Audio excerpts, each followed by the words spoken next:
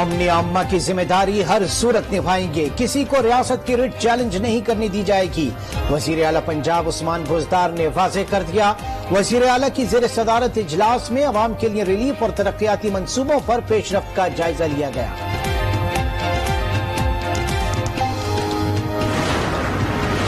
وزیر اعظم عمران خان سے روسی کاروباری شخصیات کی ملاقات، پاک روس تجارتی تعلقات، سرمایہ کاری کے مواقع پر بات چیت، بڑی صنعتوں، ریلویز اور توانائی کے شعبوں میں باہمی تعاون پر اتفاق۔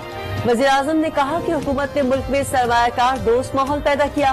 وفد میں توانائی اور ریلویز کی بڑی روسی کمپنیوں کے حکام شامل تھے۔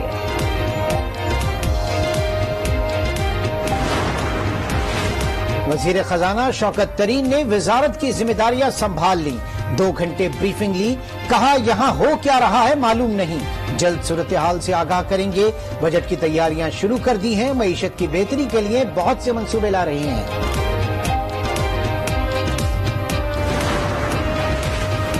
حکومت چاہتی ہے کسی طرح مجھے برطرف کیا جائے، جسٹس قاضی فائز عیسیٰ کے سپریم کورٹ میں دلائل، کہا وزیر قانون فروغ نسیم نے 2 جون 2020 کو تمام خواتین کی توہین کی۔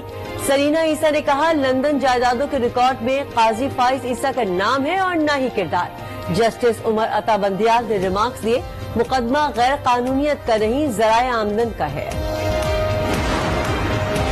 نواز شریف کی جائیداد فروخت کرنے کے لیے نیب ان ایکشن، درخواست احتساب عدالت میں جمع کرا دی، موقف اپنایا، نواز شریف اشتہاری ہیں، عدالت ان کی جائیداد فروخت کرنے کی ہدایت کرے۔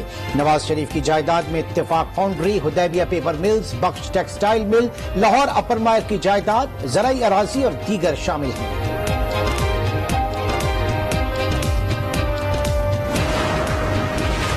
شہباز شریف کی درخواست ضمانت 21 اپریل کو سماعت کے لیے مقرر، chief justice Lahore high court نے 3 رکنی فل بینچ تشکیل دے دیا۔ بینچ کے سربراہ جسٹس علی باقر نجفی ہوں گے، بینچ میں جسٹس عالیہ نیلم اور جسٹس شہباز رضوی شامل۔ شہباز شریف کی درخواست ضمانت پر 2 رکنی بینچ میں اختلاف کے بعد فائل چیف جسٹس کو ارسال کی گئی تھی۔ نیب نے حمزہ شہباز کی ضمانت کا فیصلہ سپریم کورٹ میں چیلنج کر دیا۔ لاہور ہائی کورٹ کا 24 فروری کا فیصلہ کالعدم قرار دینے کی درخواست، لاہور ہائی کورٹ نے حقائق کو نظر انداز کیا، ضمانت منسوخ کی جائے، درخواست میں موقف۔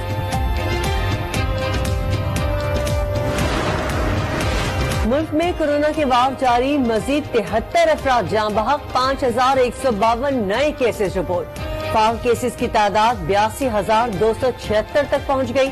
سابق آئی جی خیبر پختونخوا ناصر درانی بھی انتقال کر گئے۔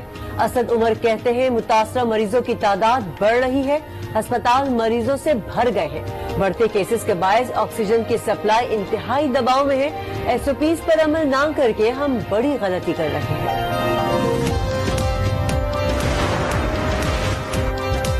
کورونا کی صورتحال، پاکستان کا بھارت کو 2 ہفتے کے لیے کیٹیگری سی میں شامل کرنے کا فیصلہ، بھارت سے پاکستان آنے والے مسافروں کے داخلے پر پابندی عائد۔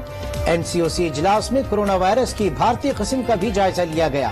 کیٹیگری سی کے ممالک پر نظر ثانی کے لیے اجلاس 21 اپریل کو پھر طلب۔ انسداد کورونا اقدام، بلوچستان کا دوسرے صوبوں سے آنے والوں کی اسکریننگ کا اعلان۔ ترجمان لیاقت شاہوانی نے کہا کورونا صورتحال خراب ہے، عوام ماسک کا استعمال ضرور کرے، SOPs پر عمل نہ ہوا تو کیسز اور بڑھیں گے۔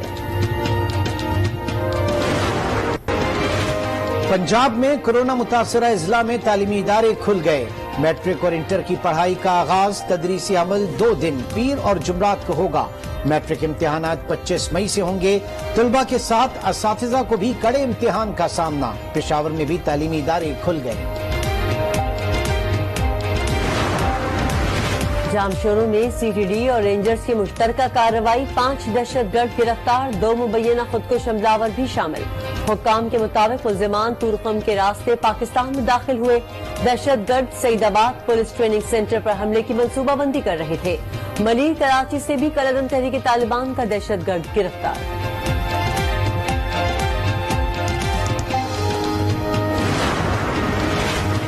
قتل، اقدام قتل، ڈکیتی، بھتہ خوری اور دہشت گردی کی وارداتوں میں ملوث خطرناک اشتہاری بیرون ملک سے گرفتار۔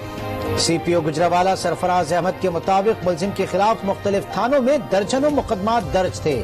ملزم عاطف عرف آتی لاہوریا کو ہنگری سے گرفتار کیا گیا۔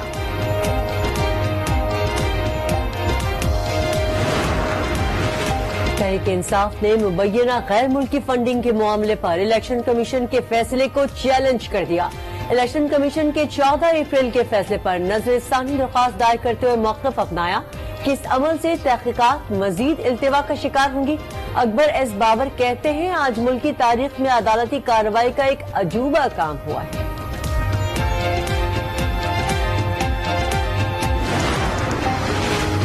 18ویں ترمیم ہمارے گلے کا پھندا بن گئی۔ سندھ حکومت شہری علاقوں کو نظر انداز کر رہی ہے۔ ایم کیو ایم رہنما کنور نوید جمیل کی حلیم عادل شیخ کے ہمراہ پریس کانفرنس۔ کہا NFC فنڈ غریب عوام پر خرچ نہیں ہو رہے۔ حلیم عادل شیخ نے دعویٰ کیا وفاقی حکومت 1200 ارب روپے کے کراچی پیکج میں سے 800 ارب روپے سندھ حکومت کو دے چکی ہے۔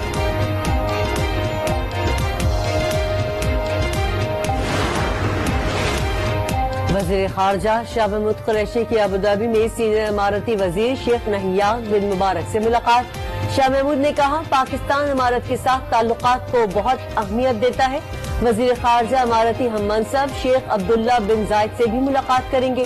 دو طرفہ تعلقات خطے کی صورتحال پر تبادلہ خیال ہوگا۔ سب فرشتوں کا سردار ہے جو اس کو بھی نوکری یہ ملی ہے، مصطفیٰ کی جو یہ نوکری ہے شہنشاہی سے بھی قیمتی ہے۔ پاکستان اور ترکی سے آج نیوز کی رمضان ٹرانسمیشن باران رحمت جاری۔ عمران عباس، فرحان علی وارث اور ریما کی میزبانی سب کو بھا گئی۔ صدر اقبال کی میزبانی میں علماء کرام نے رمضان کی فضیلت اور روزے کی اہمیت پر گفتگو کی۔